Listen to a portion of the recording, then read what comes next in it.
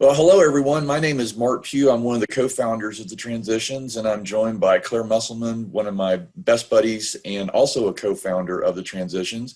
And we've done a variety of videos. We wanted to do this one based on kind of Women's History Month, but maybe from a different angle. And I don't know if you're aware of it, but the day that we're recording this, March 25th, is actually the 110th anniversary of the Triangle Shirtwaist Factory fire in New York City. And I know, Claire, you geeked out a little bit after you and Katie did a session on the history of work comp. But I thought there was a press release from the American Society of Safety Professionals that I thought kind of sets the stage really well for this. And I want to just read a real quick excerpt, and then Claire, let you kind of talk about everything that you've thought about in terms of this. It was the deadliest industrial disaster in New York City history. It was in Lower Manhattan. It killed 146 garment workers, most of them women as young as 14 years old. The fire exit doors were locked and other doors only opened inward, making it impossible for the onrush of workers to get out. The fire escape was poorly constructed and didn't meet weight requirements. Fire department ladders couldn't reach the upper floors of the 10-story building. Many workers died by jumping out of windows and into an elevator shaft as they fought to escape the flames. And that this is often cited as really the beginning point for a workers' compensation system in talking in terms of protecting from occupational health. So setting the stage, Claire, I want to turn this over to you because you know a whole lot more because you literally read everything that's on the internet about this and love your perspective on things. I really love this because I think it really illustrates a lot. So when we're looking at 110 years ago, I always think that we really have to focus on where we've come from to understand where we're going to continue to go. So what have we learned over this 110 years? The other thing is that this also coincides with Women's History Month, and there were a lot of instrumental women that rose out of this incident, and also for the fact that it killed so many of them. So a few of the fun facts that we've learned, and I don't necessarily think fun is probably the right word, so let's go with interesting facts that have come out of this. So let's look at firefighting, for example. So firefighting 110 years ago, they did not have the capacity to have the water shoot up to the 8th through 10th stories. It only made it to the 7th story. So the firefighters could not help because this whole blast and all of this chaos that came about from this factory fire happened in 18 minutes. So in the time that we're going to talk today, we had 146 people die. And it's just fascinating when you look at it from a numbers standpoint. And literally, when we look at this from like an employee health and safety perspective, there are so many things, like everything literally went wrong that could have gone wrong in this fire. And so I think that one, like just not having the right technology from the firefighting standpoint is we look at how firefighters' equipment has evolved, and a lot of that could have been prevented, especially now that we're looking, over a century later. The other thing is when you look at the amount of people that were in this proximity, and I think it's interesting, especially now, coming out of the pandemic or starting to see the light at the end of the tunnel of the pandemic, we are so distanced when we are around human beings right now that to have 146 people that did not survive in a 3-story radius is kind of fascinating to see how packed in all of these people were, just like in general. So some of the other things that when we look at it from a workers' compensation standpoint, there was areas where I read that the families were compensated differently for the men and women for the fatalities. And Katie and I shared this during the history of workers' compensation that we did with In Touch, where the females who had perished during this event, their families were paid $75 for their fatalities, where the male counterparts were paid $400. So when we look at, I read something today that women are 82 cents to the dollar as of 2019. Well, when we look back, 110 years, apparently our lives were a little more strategically different at that point. So you've made a little bit of progress. You're up to 82. A little bit of progress. Yeah. Yeah. So, again, you don't know where you're going until you know where you've come from. So there has been progress. So there's a couple women that kind of rose out of this as well. So the whole thing, like you touched on, the doors only opened inward because the owners didn't trust the people working in their facilities. And, I think that is, we look at fraud, and we look at fraud in workers' compensation, and we look at theft, and there's been a lot, especially that came out of 2020, and we're looking at, damages that have occurred based on some of the political uprising. So there's these concerns that existed then that probably still do exist now in certain situations. But the fact that the doors wouldn't open, and out of the 4 elevators, only 1 was actually working. So people are jumping down these shafts. I mean, I just can't imagine the chaos in this 18 minutes. With that, there are 2 people that I wanted to mention since it is Women's History Month, and one of them is Frances Perkins. And Frances Perkins ended up being the labor secretary for Theodore Roosevelt. Fantastic woman that really kind of started this whole movement after this happened of like, this was not right, this was not fair, I'm going to do something about it. And we've talked a lot about this recently, more so of it's not just about changing the status quo, it's challenging. And so it's getting a movement of people to actually start behaving in a different way than they have before. The other woman. Let me make a note real quick. Frances Perkins was one of the first presidents, I think the first president of IIBC. So she wasn't necessarily in the cabinet, but she was a part of the industrial accident boards as well. And one of the awards named after her. Yes.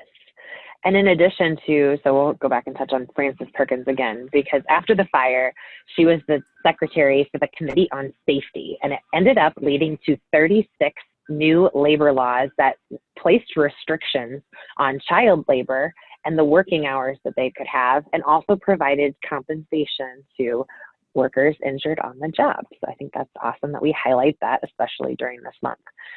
So in addition, from an oral history that had been given regarding this fire, there was a blouse operator by the name of Mary Domsky Adams. And she stated during the time period, my own machine was located near the door, near the locked front doors. And I often looked with fear at all of the darkness that loomed through the half-glassed door, which made me feel as if I was in some secret force and they were peering out from there. And it was before this door that the greatest number of victims were caught. They had surged to the door hoping to escape, but couldn't break through because the door was always securely locked. Oh, so I look at that from, just one, like those are your working conditions. And when we look at it now, 110 years later, we're looking at employee engagement and how do we keep people motivated and how do we want to help people thrive in the success. And then you hear things like this of where like the working conditions have come from, and especially like in a factory perspective, to have like a door that is locked. So you're basically like caged in this facility, but it's the means that you need to provide for your family. When you look at the ages, we talked about how a lot of these were young immigrant women, like as young as 14 years old, and to have that kind of a working condition, and this was your life. And the factory fire was allegedly started by, I believe it was a cigarette butt that had been thrown into like a paper, like a trash can of some kind, which is actually what caused this to light up. Just kind of fascinating when we look at all of these elements. I did also hear in the history of this that the 2 owners of the factory escaped perfectly fine. Yeah, they went up to the roof, I think, right? Mm-hmm. Mm-hmm. I believe so. And again, a lot of this is, the hearsay from what we've read, the videos that have been produced on this. There's just a lot of interesting things that as we look into these conditions and, when we look at the working conditions, so we not only we have a lot of people that are in a small ingested space, but we also think about the machinery and the output of the machinery that's going into this. So I'm sure that there were not very good ventilation systems. So what is the air quality to even begin with? And then you have people smoking that are in these very small secluded spaces. And then, the amount of people that are in here. And I'm sure that the injuries, as we're working in this manufacturing of clothing, I mean, you're going to probably have some pretty significant injuries that are going to occur just from the amount of space and the containment of all of these people. And it's interesting to me that they would put a factory on the top floors of the building. But I don't know. Mm-hmm. Again, maybe that is because of all of the health and safety and the protocols that we have now, or we looked at making sure that there are ample water areas that can be immediately impacted so that if a fire could occur, there is something that, comes into this type of landscape, that there is an easy way to try and put it out or to alleviate a lot of the things. and we're coming off of, like, this is during that whole second industrial revolution time period. So like 1870 to 1914 is when this happens. And it's, we're trying to get bridges built and the automobile is coming about. And there's a lot of cool things that are happening. But again, we're losing 146 lives in 18 minutes. That's seriously significant. And then you really wonder, how much did people really learn from this, especially as we moved into like the Roaring 20s and then the Great Depression area. I mean, it's just very fascinating. So Yeah. I don't know if you have any other thoughts relating to those type of scenarios. But. Well, it is oftentimes in life, at least in my personal life, I'll just say that I oftentimes learn best from mistakes. And I'm still alive, so I haven't had any mortal, fatal mistakes, but I've made a lot of mistakes in my life. And unfortunately, this is a mistake on so many different levels. Although I guess if you probably asked the people that were working then, and if you asked the owners and you asked the firemen and you asked the people that ran the building and stuff, that was just kind of how they did things. It wasn't like, oh my gosh, I can't believe that we have this nasty working situation with all these people packed into a small area with bad ventilation and no ability for fire, and they just didn't think in that terms. But unfortunately or fortunately, depending upon your perspective, we learned a lot of different things like that. I think back about the Hoover Dam, that was built in and around the area, and there were 96 confirmed deaths, but they guaranteed there were more than that, and it was more like, put these workers in dangerous circumstances. I read something recently, they were building tunnels that were kind of coming off of the lake and down around them, and they were behind schedule. And so they did this, they created some technological innovation, but it ended up harming a lot of people. Back then we didn't really track occupational injuries necessarily. Beyond the deaths, I'm sure there were people that died from, inhalation, from dehydration, from a variety of different things that may not necessarily been tied directly to work, but 2 years, 5 years, 10 years later, their life expectancy was dramatically shortened. And it was all a function of, we got to get the job done, and we're going to make some technological innovations. And if we lose a couple people on the way, that's kind of the price of doing a good job. And that's just so counter to how we think, which is a good thing. So I guess in a positive way, it's nice to be working in 2021 where we know better. But 110 years ago, they just didn't know better.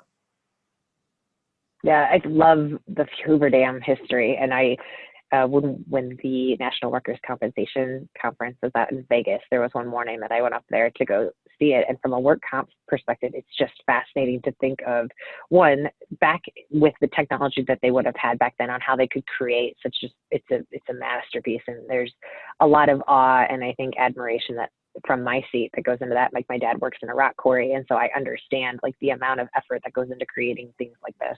And then to do that back in like the 1930s is just fascinating. But I do know what you're talking about when they tried to be technologically efficient and they did not think about the ventilation and how all of the chemicals that from the concrete, just like the fumes that come off, and they were not in ventilated spaces. So you're right. We were looking at the dehydration from that. We were looking at the people that died on the site from that.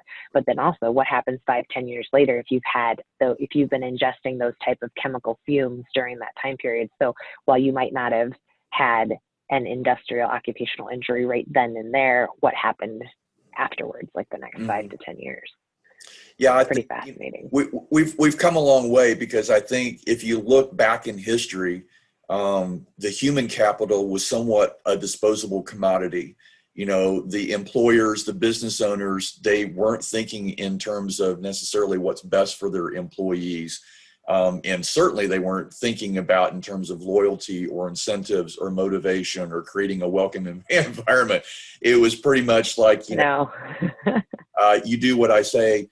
So we have come a long way, I think, but that is on the backs of, and in some cases, unfortunately, the bodies of people that have paid the price in us learning how to better employ people and deploy people in a safe environment. Yeah, I agree with that. So I want to go back, since this is Women's History Month, and touch a little bit more on Frances Perkins and why she was so instrumental in our conversation today about this factory fire in New York City. One, I didn't know what a shirtwaist was until we actually did this presentation a couple of weeks ago, and we were looking at the history behind this. So for anyone who does not know, it was a more affordable type shirt that was worn by women, I believe, that just was more, it looked more masculine, and it was something that was more universally found as appropriate for women to wear in a workplace, and they were more affordable. So, or anyone's history who does not know what one of those are. But with that, so one of the reasons that Frances Perkins rose from this whole thing is because she was actually a witness to this. She was a witness to the tragedy in New York City at this time. And when FDR actually made her the Secretary of Labor, she was the first woman to serve in a presidential cabinet. So she's got a lot of firsts. So I also love that she was the first woman of IAIABC as well. But as the Secretary of Labor, Frances Perkins was super instrumental in a lot of different facets. One of them implementing the Social Security Act, which is very important to a lot of us these days. But she was also interested, very much like her passion and purpose surrounded the safety and rights of workers. And she was quoted in saying that, "I came to Washington to work for God, for FDR and the millions of forgotten, plain, common working men." And I think that's really powerful, because even back in the early 1900s, she really was driven and fueled by passion and purpose. And so as we look at, the times now, and we tell people to go, find your passion, find your purpose, figure out what your meaning is, and go live that. She did that 100 years ago. That was normal to her. She was going to fulfill her purpose and go really get out there and go do it. She did have a degree, so she was college educated. She went to Mount Holyoke College, and her coursework actually included touring factories. So that made this even more specific and relevant to her investment into this factory fire. She also ended up earning a master's degree in social economics from Columbia, and had been working as a factory inspector in New York at the time of the fire. So again, we're talking about, we talk a lot about alignment and how things just kind of back up to really fulfilling your purpose in life. This woman had it. She had all of the credentials. And again, I want to focus on the fact that this is early 1900s, and we have a college educated master's degree woman that is going around inspecting factories. And I think when we look at that, just from the breakdown of the makeup of factories, and especially at this time, that would have been very uncommon. So, the fire occurs, and she gets very upset by this, and she was the secretary for the Committee on Safety at this time. She does enact those 36 labor laws, including the child labor restrictions and providing compensation to injured workers on the job, and then also restricting hours. So she commits to this, and when she became the Secretary of Labor, she went ahead and abolished child labor. She also helped enact minimum wage and maximum hour laws through the National Labor Relations Act of 1935. So about 24 years after this fire. But really, she used that as a fueling way to drive the industry forward from her seat. And she also guaranteed workers the right to organize and bargain collectively, which moved on quite a bit. She ended up dying in 1965, but her lifetime labor I would call it a labor of love. This really was the pivoting point where she knew she had to make a change, and she had to be that driving force that brought awareness to something that was so tragic, since she was there and she was a witness to this fire that cut 146 lives short in 1911 on that day. So I think that that's really insightful when we look at it again from 1911, and the things, just everything that added up to her life of being a voice and taking from where she stood in that seat and creating a movement based on something that she didn't feel was right. So I really want to honor Frances Perkins today. And she is one of my favorite women in history now. And I feel like I should have known about her long before now.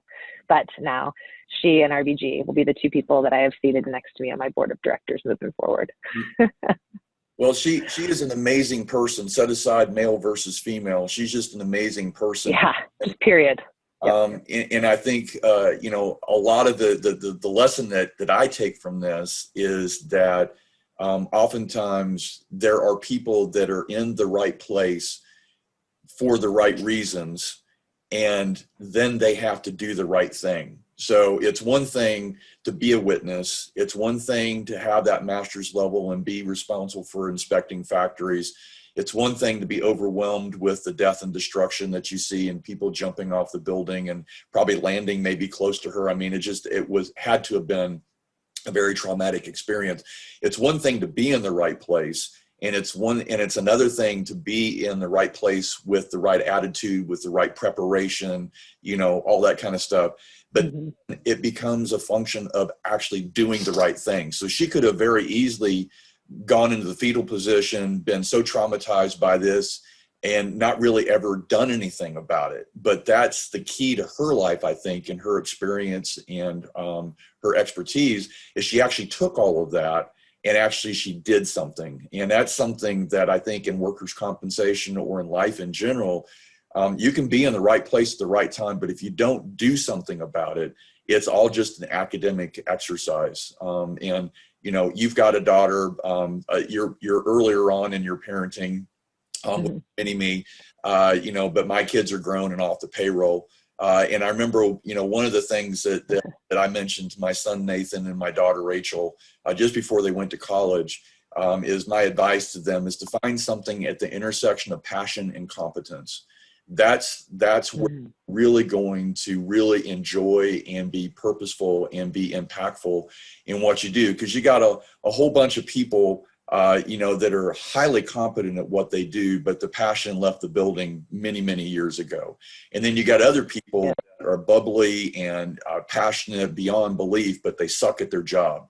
And so my advice for them is to find something at the intersection of passion and competence, something that you can really grab a hold of and that you're really good at. And if you can find that, and Frances probably found that watching everything that was happening in that building at that time, everything that she had done, all the education, all the experience, was really kind of put her in the right place at that right time. But it would have been an academic exercise if she hadn't actually taken that and done something with it. And I think that, to me, is the takeaway from this video, is you are probably, whoever's watching this has probably, through experience, you have been in the right place at the right time, but have you actually done something with that to be impactful, like Ms. Perkins did?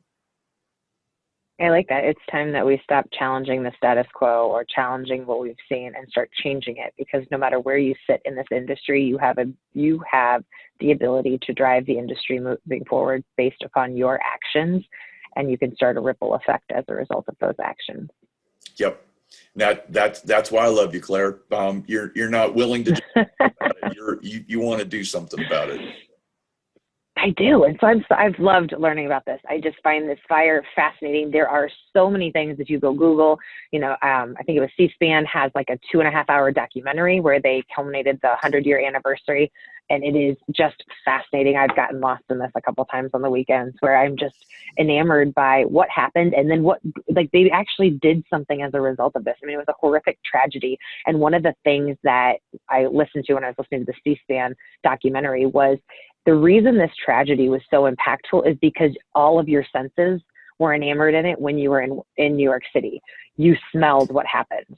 There was the lingering dust that you could see, like the debris, it hit all 5 senses, from the screams. I mean, you name it. If you were in New York City, you knew this was going on and you could feel it in every element of your body. And if that's not a big enough catalyst for change, I don't know what is. So I found that very fascinating, because, we do, like, if you turn on the news, you can find horrific tragedies that are going on all the time. And, media has their own elements, but this didn't even have a media component. This was, you walked outside in New York City and you experienced what had taken place. And I think that there is something so monumentally powerful about that. And then to see what has come out as a result.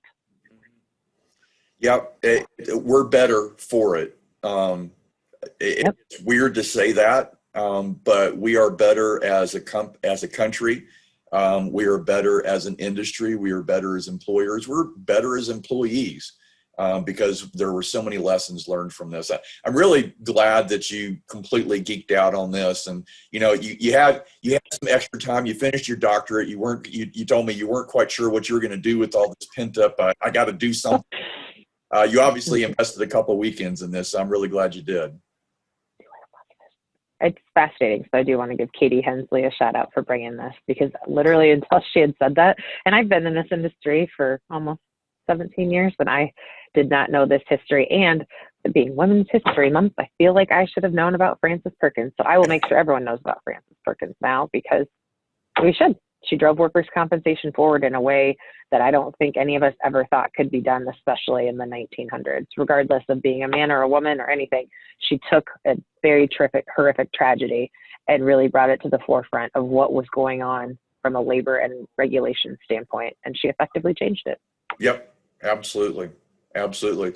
Well, thanks so much, Claire, for giving some better background in regards to that. Hopefully, whoever's watching this video does their own research. There's obviously a lot of information out there. And I think, ultimately, if you're in the right place at the right time, do the right thing afterwards. And if you do, all of us will be better for it. Absolutely. Thanks, Claire. Thanks, Mark.